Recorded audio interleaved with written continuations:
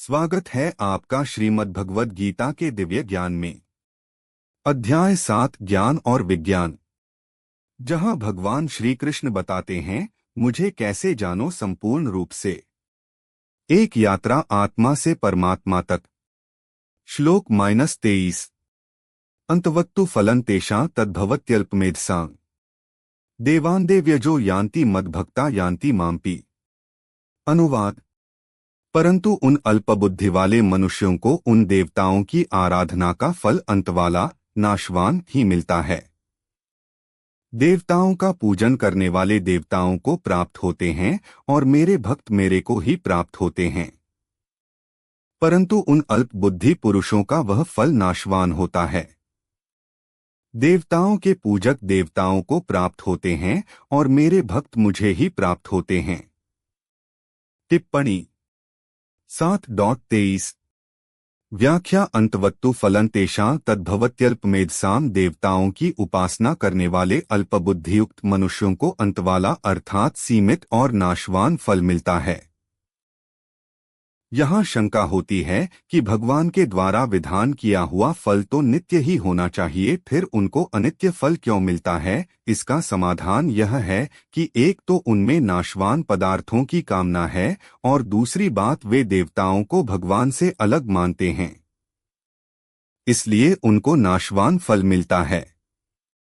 परंतु उनको दो उपायों से अविनाशी फल मिल सकता है। एक तो वे कामना न रखकर निष्काम भाव से देवताओं की उपासना करें तो उनको अविनाशी फल मिल जाएगा, और दूसरा वे देवताओं को भगवान से भिन्न न समझकर अर्थात भगवत स्वरूप ही समझकर उनकी उपासना करें तो यदि कामना रह भी जाएगी तो भी समय पाकर उनको अविनाशी फल मिल सकता है, अर्थात भगवत प्राप्ति हो सकती है। यहाँ तक कहने का तात्पर्य है कि फल तो मेरा विधान किया हुआ ही मिलता है, पर कामना होने से वह नाशवान हो जाता है। यहाँ अल्पमेधसाम कहने का तात्पर्य है कि उनको नियम तो अधिक धारण करने पड़ते हैं तथा विधियां भी अधिक करनी पड़ती हैं, पर फल मिलता है सीमित और अंतवाला। परंतु मेरी आराधना करने में इतने नियमों की जरूरत नहीं है तथा उतनी विधियों की भी आवश्यकता नहीं है, पर फल मिलता है असीम और अनंत। इस तरह देवताओं की उपासना में नियम हो अधिक, फल हो थोड़ा और हो जाए जन्ममरण रूप बंधन, और मेरी आराधना में नियम हो कम, फल हो अधिक और हो जाए कल्याण। ऐसा होने पर भी वे उन देवताओं की उपासना में लगते हैं और मेरी उपासना में नहीं लगते, इसलिए उनकी बुद्धि अल्प है, तुच्छ है।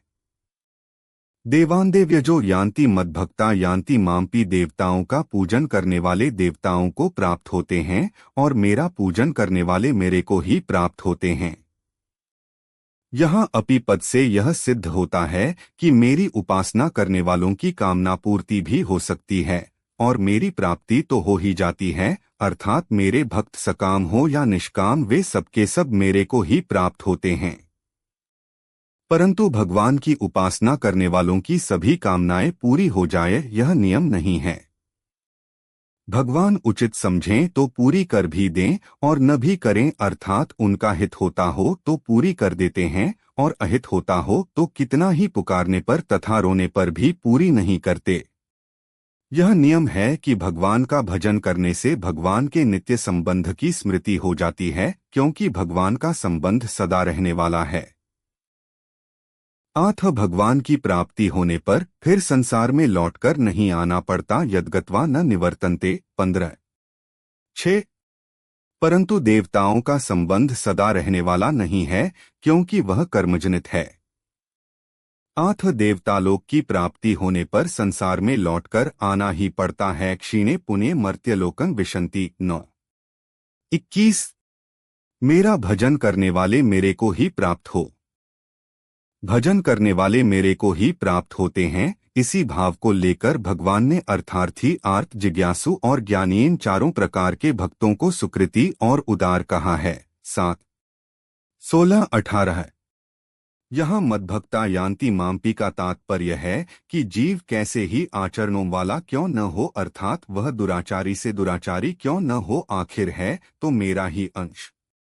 उसने केवल आसक्ति और आग्रह पूर्वक संसार के साथ संबंध जोड़ लिया है। अगर संसार की आसक्ति और आग्रह न हो तो उसे मेरी प्राप्ति हो ही जाएगी। विशेष बात सब कुछ भगवत स्वरूप ही है और भगवान का विधान भी भगवत स्वरूप है। ऐसा होते हुए भी भगवान से भिन्न संसार की सत्ता मानना और अपनी कामना रखना ये दोनों ही पतन के कारण हैं। इनमें से यदि कामना का सर्वथा नाश हो जाए तो संसार भगवत स्वरूप दिखने लग जाएगा और यदि संसार भगवत स्वरूप दिखने लग जाए तो कामना मिट जाएगी। फिर मात्र क्रियाओं के द्वारा भगवान की सेवा होने लग जाएगी। अगर संसार का भगवत स्वरूप दिखना और कामना का नाश होना दोनों एक साथ हो जाए तो फिर कहना ही क्या है संबंध। यद्यपि देवताओं की उपासना का फल सीमित और अंत वाला होता है, फिर भी मनुष्य उसमें क्यों उलझ जाते हैं, भगवान में क्यों नहीं लगते, इसका उत्तर आगे के श्लोक में देते हैं। 7.23 नाशवान भोगों की इच्छा को पूर्ण करने के लिए मनुष्य जो कर्म करता है वह अनित्य होने से उसका फल भी क्षणभंगुर ही होता है। स्वर्ण से बने आभूषण स्वर्ण ही होंगे। कार्य का गुणधर्म पूर्णतया कारण पर निर्भर करता है। देशकाल से परिच्छिन्न कर्मों से प्राप्त फल अनित्य ही होगा, चाहे वह सुख हो या दुख।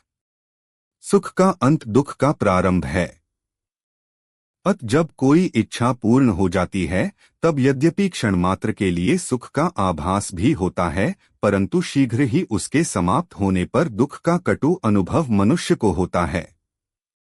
भगवान श्री कृष्ण सामान्य नियम बताते हैं कि देवपूजक देवताओं को प्राप्त होते हैं। जिस नियम का जो अधिष्ठाता देवता है या जिस क्षेत्र में जो उत्पादन क्षमता है उसका आह्वान करने पर मनुष्य केवल उसी फल को प्राप्त कर सकता है। इसी प्रकार मेरे भक्त मुझे ही प्राप्त होते हैं। परिच्छिन्न भोगों के लिए मनुष्य इतना अधिक प्रयत्न करके अंत में क्षणिक फल को ही प्राप्त करता है। यदि वही प्रयत्न वह दैवी जीवन जीने में करे तो उसे नित्य आनंद स्वरूप की उपलब्धि हो सकती है, किंतु मन की बहिर्मुखी प्रवृत्तियों के कारण वह अनात्म उपाधियों से तादात्म्य करके बाह्य वैश्विक जगत में ही रमता है। विवेकी पुरुष विषयोपभोग की तुच्छता और व्यर्थता को पहचानकर उनसे विरक्त हो जाते हैं। विवेक और वैराग्य से संपन्न होकर जब वे आत्मस्वरूप का ध्यान करते हैं तब उन्हें परम आनंद स्वरूप की वह अनुभूति होती है जो शरीर मन और बुद्धि तीनों के परे है, नित्य है। गीता में भगवान श्री कृष्ण ने जो मैं शब्द का प्रयोग किया है वह उस अनंत तत्व को सूचित करता है जो व्यष्टि और समष्टि का अधिष्ठान है। वे कहते हैं कि मेरे भक्त मुझे ही प्राप्त होते हैं, तब उनका तात्पर्य ऐतिहासिक पुरुष देवकी पुत्र कृष्ण से नहीं वरन चैतन्य स्वरूप पुरुष से होता है। इस दृष्टि से आत्मवित आत्मस्वरूप ही बन जाता है।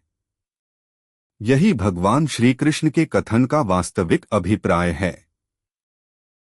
तब क्या कारण है कि सामान्य जन आपको प्राप्त करने का प्रयत्न नहीं करता? उत्तर है श्लोक -24 अव्यक्त व्यकित्मापन्न मन्यन्ते मां बुद्धयः परभावम जानन्तो ममाव्ययम् नुत्तमम्।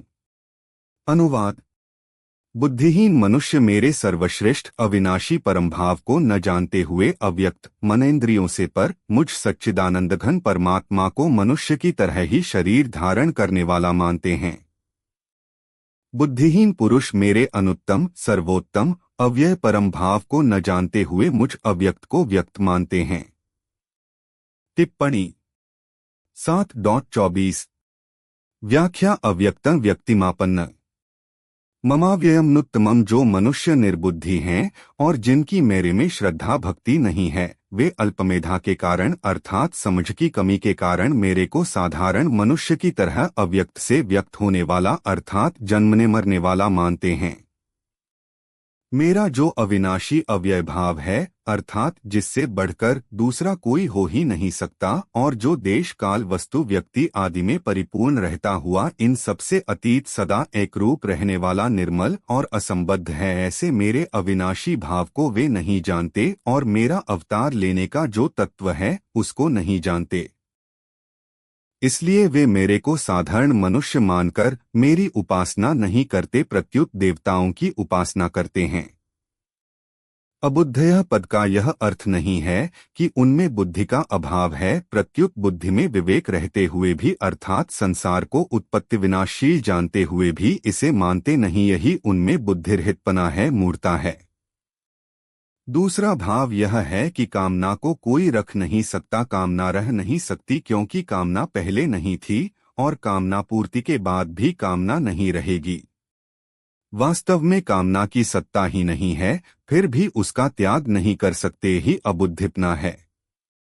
मेरे स्वरूप को न जानने से वे अन्य देवताओं की उपासना में लग गए और उत्पत्ति विनाशील पदार्थों की कामना में लग जाने से वे बुद्धिहीन मनुष्य मेरे से विमुख हो गए।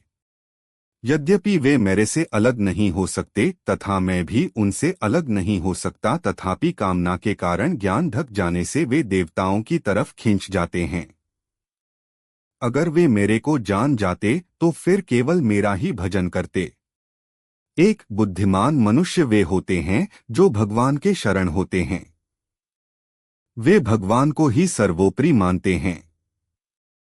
दो अल्पमेधा वाले मनुष्य वे होते हैं जो देवताओं के शरण होते हैं। वे देवताओं को अपने से बड़ा मानते हैं, जिससे उनमें थोड़ी नम्रता सरलता रहती है। तीन अबुद्धि वाले मनुष्य वे होते हैं जो भगवान को देवता जैसा भी नहीं मानते किंतु साधारण मनुष्य जैसा ही मानते हैं। वे अपने को ही सर्वोपरि सबसे बड़ा मानते हैं। गीता 16:1415। यही तीनों में अंतर है। परम भावम जानन्तः का तात्पर्य है कि मैं अज रहता हुआ, अविनाशी होता हुआ और लोकों का ईश्वर होता हुआ ही अपनी प्रकृति को वश में करके योग माया से प्रकट होता हूँ, इस मेरे परम भाव को बुद्धिहीन मनुष्य नहीं जानते। अनुत्तमम कहने का तात्पर्य है कि 15वें अध्याय में जिसको क्षर से अतीत और अक्षर से उत्तम बताया है, अर्थात जिससे उत्तम दूसरा कोई है ही नहीं, ऐसे मेरे अनुत्तम भाव को वे नहीं जानते। विशेष बात इस 24वें श्लोक का अर्थ कोई ऐसा करते हैं कि ये अव्यक्तमा व्यक्तिमापन्न मन्यन्ते ते अबुद्धयः, अर्थात जो सदा निराकार रहने वाले मेरे को केवल साकार मानते हैं, वे निर्बुद्धि हैं, क्योंकि वे मेरे अव्यक्त निर्विकार और निराकार स्वरूप को नहीं जानते। दूसरे कोई ऐसा अर्थ करते हैं कि ये व्यक्तिमापन्न माम अव्यक्तम मन्यन्ते ते अबुद्धयः, अर्थात मैं अवतार लेकर तेरा सारथी बना हुआ हूँ, ऐसे मेरे को केवल निराकार मानते हैं। वे निर्बुद्धि हैं क्योंकि वे मेरे सर्वश्रेष्ठ अविनाशी भाव को नहीं जानते। उपर्युक्त दोनों अर्थों में से कोई भी अर्थ ठीक नहीं है, कारण कि ऐसा अर्थ मानने पर केवल निराकार को मानने वाले साकार रूप की और साकार रूप के उपासकों की निंदा करेंगे और केवल साकार मानने वाले निराकार रूप की और निराकार रूप के उपासकों की निंदा करेंगे। यह सब एक देशीपना ही है। पृथ्वी, जल, तेज आदि जो महाभूत हैं, जो कि विनाशी और विकारी हैं, वे भी दो दो तरह के होते हैं, स्थूल और सूक्ष्म। जैसे स्थूल रूप से पृथ्वी साकार है और परमाणु रूप से निराकार है, जल, बर्फ, बूंदें, बादल और भाप रूप से साकार है और परमाणु रूप से निराकार है, तेज, अग्नितत्व, काठ और दियासलाई में रहता हुआ निराकार है और प्रज्वलित होने से साकार है, इत्यादि। इस तरह से भौतिक सृष्टि के भी दोनों रूप होते हैं और दोनों होते हुए भी वास्तव में वह दो नहीं होती। साकार होने पर निराकार में कोई बाधा नहीं लगती और निराकार होने पर साकार में कोई बाधा नहीं लगती।